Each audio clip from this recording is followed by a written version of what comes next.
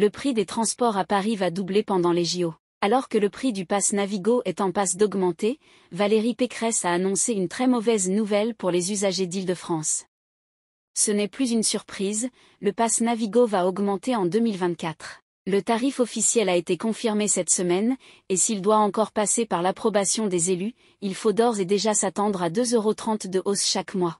Reste que si l'annonce concerne tous les franciliens et les franciliennes, elle n'épargnera pas les touristes. La présidente de région et d'IDFM Valérie Pécresse a mis ses menaces à exécution, en augmentant drastiquement les prix des transports pendant les Jeux Olympiques de 2024. 4 € le ticket de métro. Durant toute la durée de la compétition internationale, soit du 20 juillet au 8 septembre 2024, les prix seront presque multipliés par 2. Le prix d'un ticket T+, habituellement proposé à 2,10 € et 2,15 € à partir du 1er janvier 2024, va passer à 4 €, tandis qu'un billet unique sur les lignes RER sera temporairement facturé 6 €. L'augmentation la plus impressionnante reste celle pratiquée sur les forfaits journaliers et hebdomadaires. Comptez 16 € pour un ticket journée, et jusqu'à 70 € pour un ticket semaine.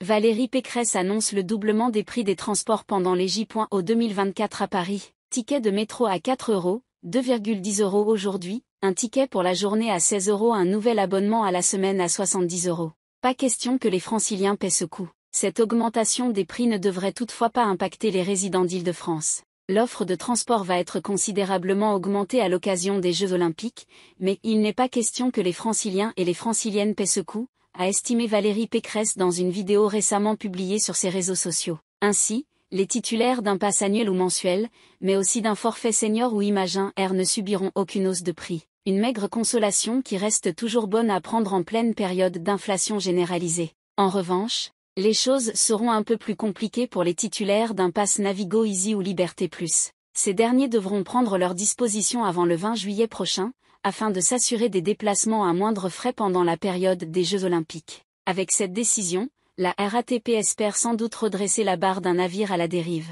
Depuis des mois, la RATP est dans le rouge, avec une perte de 129 millions d'euros enregistrée au premier semestre de cette année. Face à l'inflation, aux coûts générés par le déploiement du Grand Paris, mais aussi à de mauvaises décisions budgétaires, le groupe ne parvient pas à sortir la tête de l'eau, et cherche par tous les moyens de nouvelles mannes financières pour revenir à flot.